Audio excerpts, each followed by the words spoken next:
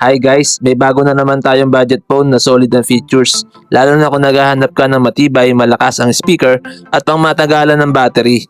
Ito ang bagong Oppo A5 at ngayong video aalamin natin kung sulit ba siya sa presyong 8,899 pesos sa Shopee.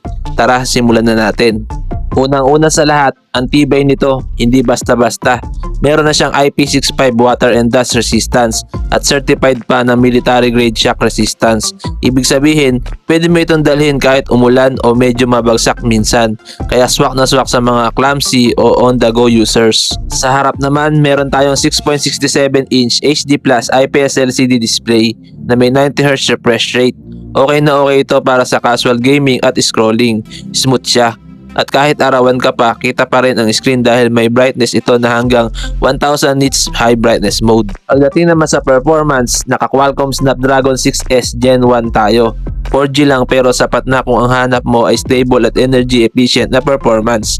May kasama pa siyang 6GB of RAM at 128GB na internal storage.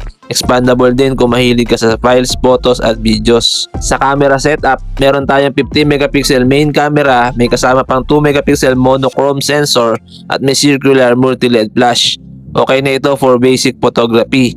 Sa video naman, kayang-kaya ang 1080p recording. Pati sa harap, may 5MP selfie camera rin na pwede rin sa vlog or video calls. Pero ang pinaka nagustuhan ko dito ay ang 6,000mAh battery niya. At hindi lang yan, 45W Superbook fast charging pa. Ibig sabihin, hindi ka maghihintay na matagal bago ka ulit ma-full charge.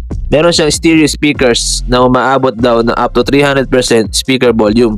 May headphone jack pa rin at OTG USB Type-C at syempre may Bluetooth 5.0. Anong masasabi nyo sa Oppo A5? Comment nyo below kung sulit nga ba siya para sa inyo. At kung gusto nyo pa ng more budget phone reviews, don't forget to like, subscribe, and hit the notification bell para updated kayo lagi. Maraming salamat sa panonood. Kita-kits sa next video.